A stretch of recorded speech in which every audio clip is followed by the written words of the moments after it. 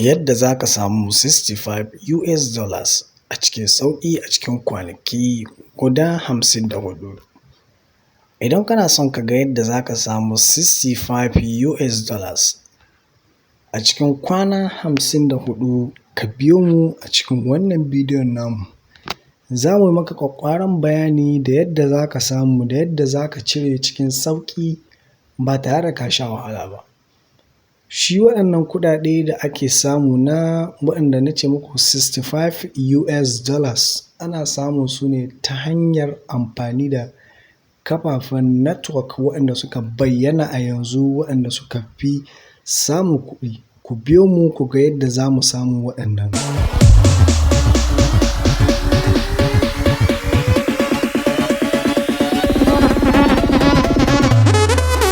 Assalamu alaikum, barkanmu da yau, barkanmu da sake saduwa a cikin wannan channel tamu mai suna Nagande Online TV.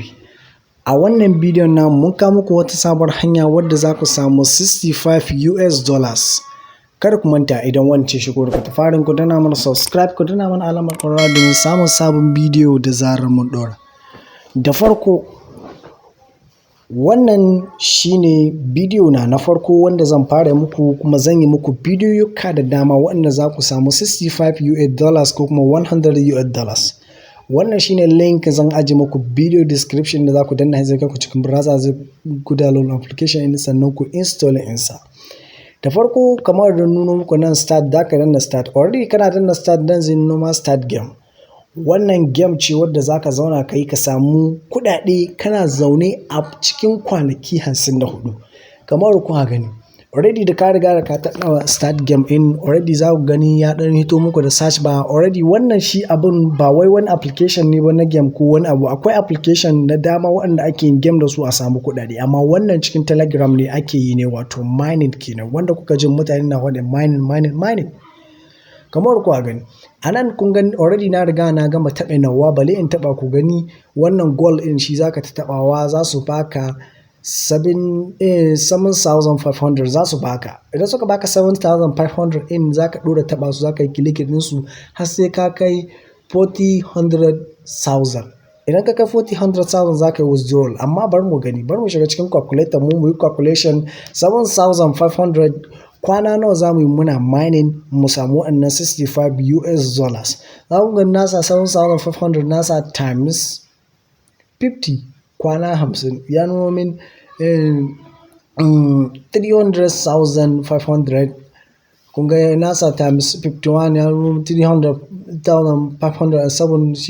Za ku yi plus ɗinsu, za ku yi times ɗinsu, times 4 shine ya bamu 405,000, wato 405,000 cikin kwana 54 za ka yi getting in 64,000. Idan ka yi claiming ɗinsu, za ka zo ka taɓa inda za ka yi withdrawal in ba shi da wahala. Ƙasa a cikin optional ɗin za ku gani inda aka sa market. Idan ka taɓa wannan market ɗin, za ka je ka yi selling, ka sai suwa, za su baka $65,000. A cikin nan farko dashboard ɗin za ku ga inda aka sa dollar icon, za su je muku a can wurin dollar icon ɗin. Nan inda za ka je ka yi selling ɗinsu ne, za ku gani $67. $67 ɗin nan ka gani already za su shiga cikin wannan application ɗin naka, sannan za ka iya cire su ka maishe su cikin wallet address ɗinka. Kamar kuka gani nan gashi na shigo inda zan yi selling ɗinsu. Ya danganta, Dubai kake so ka sai su, a Dubai gold kake so ka sai su, ko kuma gold from DOS kake so ka sai su.